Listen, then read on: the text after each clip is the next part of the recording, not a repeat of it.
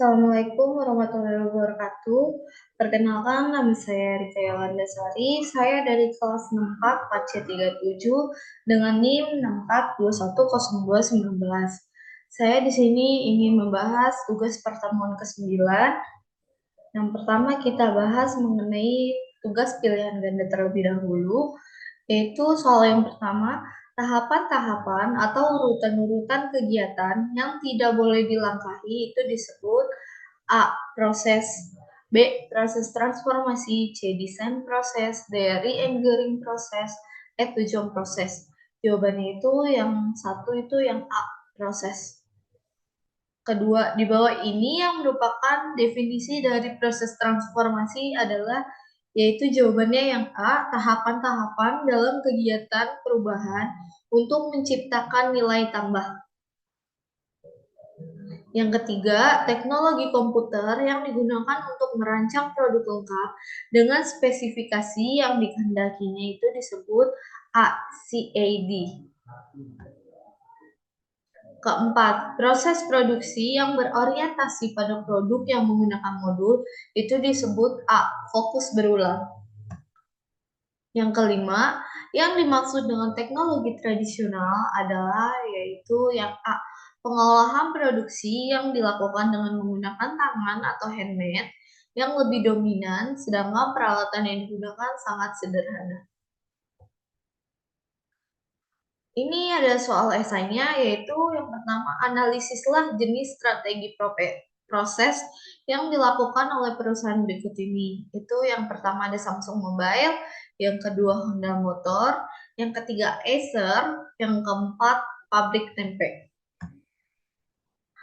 Pertama kita bahas Samsung. Diversifikasi produknya, mereka memproduksi berbagai macam produk elektronik konsumen seperti smartphone, televisi, peralatan rumah tangga, kamera, atau banyak yang lainnya. Diversifikasi ini memungkinkan mereka untuk menghadapi persaingan yang lebih luas dan mencapai sejumlah pangsa pasar yang berbeda. Terus inovasi berkelanjutan itu Samsung menempatkan inovasi sebagai salah satu pilar utama strategi proses mereka.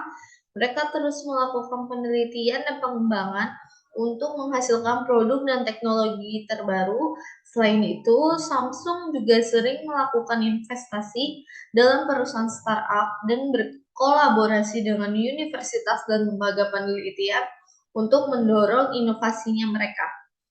Yang ketiga itu ada kualitas dan keandalan. Samsung menjaga reputasi mereka sebagai produsen produk berkualitas tinggi dengan mengadopsi strategi proses yang memfokuskan pada kualitas dan keandalan. Mereka melakukan pengujian yang ketat dan kontrol kualitas yang cermat selama setiap tahap produksi untuk memastikan produk mereka memenuhi standar yang lebih tinggi. Terus yang kedua itu ada Honda, manufaktur fleksibel yang mereka itu Honda menerapkan strategi manufaktur fleksibel untuk memungkinkan produksi yang efisien dan responsif. Terus total quality management atau CQM itu Honda sangat fokus pada kualitas produk dan menerapkan pendekatan TQM dalam semua aspek bisnisnya. Mereka melibatkan karyawan di semua tingkatan untuk berpartisipasi dalam upaya perbaikan kualitas dan mencapai keunggulan operasional. Inovasi produknya itu Honda selalu fokus pada inovasi yang untuk memenuhi kebutuhan dan harapan pelanggan. Mereka terus melakukan penelitian dan pengembangan untuk menciptakan kendaraan yang lebih efisien, ramah lingkungan, dan mengadopsi teknologi terbaru. Untuk Acer, ini dia melakukan inovasi produk. Inovasi produknya dengan menghadirkan fitur baru atau meningkatkan kualitas dan memperkenalkan desain yang jauh lebih menarik. Mereka juga berfokus pada pengembangan teknologi baru seperti perangkat keras gaming atau untuk mengikuti tren pasar yang sedang dibutuhkan oleh konsumen yang terus berkembang. Kolaborasi dan aliansinya itu Acer juga menggunakan strategi kolaborasi dan aliansi dengan mitra bisnis untuk meningkatkan keunggulan kompetitif mereka. Mereka bekerja sama dengan perusahaan teknologi lain seperti Intel atau Microsoft untuk mengoptimalkan integrasi perangkat keras dan perangkat lunak, serta memperluas jaringan distribusi mereka. Pemasaran dan distribusi, Acer menggunakan strategi pemasaran dan distribusi yang kuat untuk memasarkan dan mendistribusikan produk mereka ke pasar global. Mereka mengandalkan saluran distribusi yang luas seperti toko retail, e-commerce, dan mitra distribusi, serta melaksanakan kampanye pemasaran yang efektif untuk meningkatkan kesadaran merek dan menjual produk mereka. Pabrik tempe, standarisasi prosesnya itu, perubahan pabrik tempe mungkin menerapkan strategi standarisasi proses untuk memastikan kualitas dan konsistensi tempe yang dihasilkan itu. Mereka dapat menggunakan prosedur yang terstandar untuk setiap tahap produksi, mulai dari pemilihan biji kedelai yang baik, proses fermentasi, pengolahan, hingga pengemasan. Penekanan pada kualitas bahan baku, pabrik tempe yang berkualitas tinggi mungkin memilih biji kedelai yang berfungsi yang berkualitas lebih tinggi dan tidak mengandung kontaminan. Mereka dapat menjalin hubungan jangka panjang dengan pemasok biji kedelai yang terpercaya untuk memiliki pasokan yang konsisten.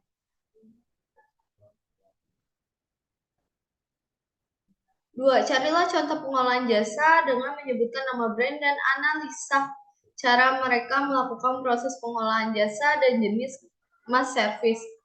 Salah satu contoh pengolahan jasa dan jenis mass service adalah Starbucks, sebuah brand yang terkenal dengan kafe dan minuman kopi di seluruh dunia. Berikut adalah analisa mengenai cara mereka melakukan proses pengolahan jasa.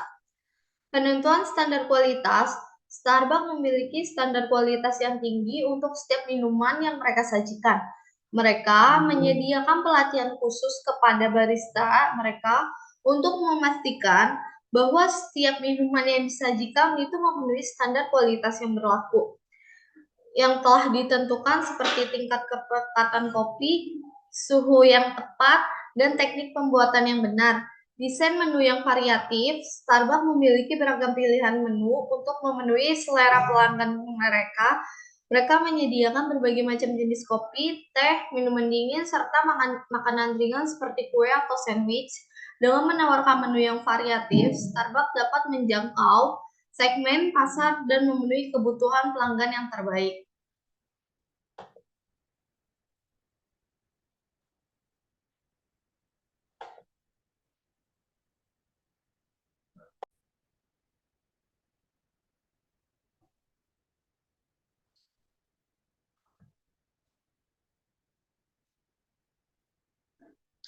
Oke, kita lanjut. Itu sistem pemesanan yang efisien. Starbucks menggunakan sistem pemesanan yang efisien untuk mempercepat proses pengolahan jasa. Mereka memiliki antrian yang terorganisir dan sistem pembayaran yang cepat, termasuk penggunaan aplikasi mobile untuk memesan dan membayar secara online. Hal ini memungkinkan pelanggan untuk menghemat waktu dan meningkatkan kepuasan mereka dalam mendapatkan minuman yang diinginkan. Untuk kebersihan dan keamanannya, Starbucks memberikan perhatian yang tinggi terhadap kebersihan dan keamanan dalam proses pengolahan jasanya. Mereka menjaga kebersihan area kerja menggunakan bahan-bahan yang segar dan berkualitas tinggi, serta memastikan bahwa semua peralatan yang digunakan itu dalam keadaan steril dan aman. Hal ini menciptakan lingkungan yang nyaman dan aman bagi pelanggan. Kita lanjut ke materi pertemuannya, yaitu yang membahas tentang strategi proses. Apa sih pengertian strategi proses itu? Di sini kita harus mengetahui bahwa strategi proses atau proses strategi itu disebut juga strategi transformasi, yaitu sebuah pendekatan organisasi untuk mengubah sumber daya menjadi suatu barang atau jasa. Tujuan strategi proses ini untuk menemukan suatu cara memproduksi barang atau jasa yang digunakan untuk memenuhi persyaratan pelanggan dan spesifikasi produk yang berada dalam batasan biaya dan manajerial lain. Ada 4 strategi proses. Yang pertama yaitu fokus pada proses atau proses fokus, itu sebuah fasilitas produksi yang diorganisasikan di sekitar-sekitar proses untuk memfasilitasi produksi bervolume rendah tetapi keragamannya tinggi. Yang kedua itu ada fokus berulang atau repetitive focus. Fokus berulang adalah proses produksi yang berorientasi pada produk yang menggunakan modul, bagian atau komponen yang telah dipersiapkan yang sering berada dalam proses yang kontinu. Yaitu yang ketiga ada fokus pada produk atau produk fokus. Fokus pada produk yaitu proses yang memiliki volume tinggi dan variasi yang rendah. Proses ini disebut juga proses kontinu sebab mempunyai lintasan produksi yang panjang dan kontinu atau terus berkelanjutan. Yang keempat ada fokus kostumisasi massal atau mass customization. Kostumisasi massal itu merupakan pembuatan produk dan jasa yang dapat memenuhi keinginan pelanggan yang semakin unik secara cepat dan murah. Namun, kostumisasi massal bukan hanya mengenai keragaman produk, tetapi juga bagaimana secara ekonomis mengetahui apa yang diinginkan pelanggan dan kapan pelanggan menginginkannya dengan tepat. Ada perangkat desain proses. Yang pertama ada diagram alir atau flow diagram. Yang kedua pemetaan fungsi waktu atau time function mapping. Yang ketiga ada pemetaan aliran nilai, yaitu value stream mapping. Yang keempat ada diagram proses atau proses diagram. Yang kelima itu ada perencanaan pelayanan atau service planning. Untuk memahami desain proses pada sektor, itu kita untuk memahami bagaimana manajer operasional mendekati proses jasa, maka digunakan matriks proses desain dalam tabel berikut. Degree of labor itu ada tinggi dengan rendah, degree of customization itu ada rendah dan tinggi. Jadi semakin tingginya degree of labor dan rendahnya degree of customization itu sama dengan mass service dan sebaliknya itu service factory disebutnya. Ada professional service serta service shop. Pemilihan peralatan dan teknologi, hal ini yang paling penting yang dijadikan patokan dalam pemilihan peralatan teknologi adalah konsep fleksibilitas, yaitu kemampuan untuk merespon dengan sedikit pengorbanan waktu, biaya, dan nilai konsumen. Hal ini dapat diartikan peralatan yang digunakan bersifat moduler, dapat dipindahkan dan murah. Keuntungannya itu bisa memberikan keunggulan kompetitif, misalnya mengembangkan mesin atau teknik yang unik dalam proses-proses yang sudah solid, terus dapat memenuhi keinginan konsumen, dapat menghemat biaya dengan biaya yang lebih murah, dapat meningkatkan mutu yang lebih baik, modifikasi mesin dan peralatan memungkinkan lebih stabilnya, lebih sedikit proses produksi yang membutuhkan penyesuaian, pemeliharaan, dan pelatihan operator. Teknologi produksi ini tersendiri ada yang satu teknologi mesin, kedua automatic identification system atau IDS dan RFID, yang ketiga pengendalian proses, keempat sistem PC, yang kelima ada robot, keenam automate storage and retrieval system atau ASRSS, automate guided vehicle atau AGVS, Flexible Manufacturing System, VMSS, Computer Integrated Manufacturing atau CEM. Teknologi di sektor jasa, untuk industri jasa itu contohnya jasa keuangan itu ada teknologinya seperti kartu debit, transfer via ATM, mobile banking, atau transaksi saham via internet.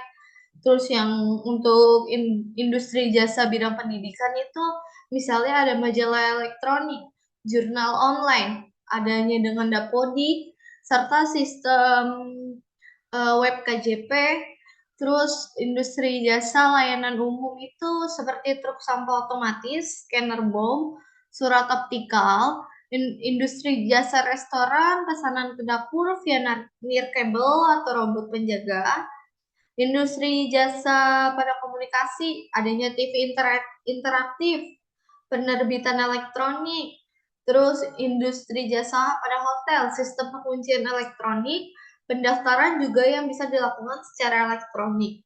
Industri jasa perdagangan grosir atau ECET, terminal pos, e-commerce, data dengan barcode komunikasi elektronik antara TUK dan supplier.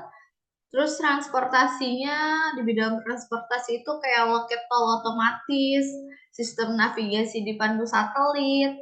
Terus untuk di bidang kesehatan itu kayak sistem informasi kesehatan secara online, sistem pengawasan pasien secara online. Terus pada bidang penerbangan itu perjalanan tanpa tiket dan penjadwalan yang bisa diatur secara online. Next, itu rekayasa ulang. Kita lanjut ke rekayasa ulang proses. Rekayasa ulang proses atau re-engineering proses, yaitu proses pemikiran kembali dan mendesain ulang bisnis secara radikal untuk membawa peningkatan kinerja secara dahsyat. Hal ini dilakukan karena kedinamisan yang ada di mana konsumen, teknologi maupun bauran produk itu harus berubah. Next, etika dan proses-proses ramah lingkungan. Banyak perusahaan menemukan kesempatan dalam proses produksi yang dapat mengurangi dampak negatif pada lingkungan itu sendiri. Kesempatan tersebut sangat beragam, mulai dari aktivitas yang dipandang oleh masyarakat sebagai suatu yang etis dan merupakan tanggung jawab sosial, hingga tindakan yang diatur secara hukum, seperti pencegahan polusi. Aktivitas-aktivitas ini meliputi pemusatan permasalahan seperti penggunaan sumber daya yang efisien, pengurangan limbah produk sampingan, pengendalian buangan kendaraan, dan daur ulang. Sekian presentasi dari saya. Apabila ada kesalahan kata dalam penyampaiannya serta kesalahan kata dalam penulisan materi, mohon dimaafkan. Terima kasih. Assalamualaikum warahmatullahi wabarakatuh.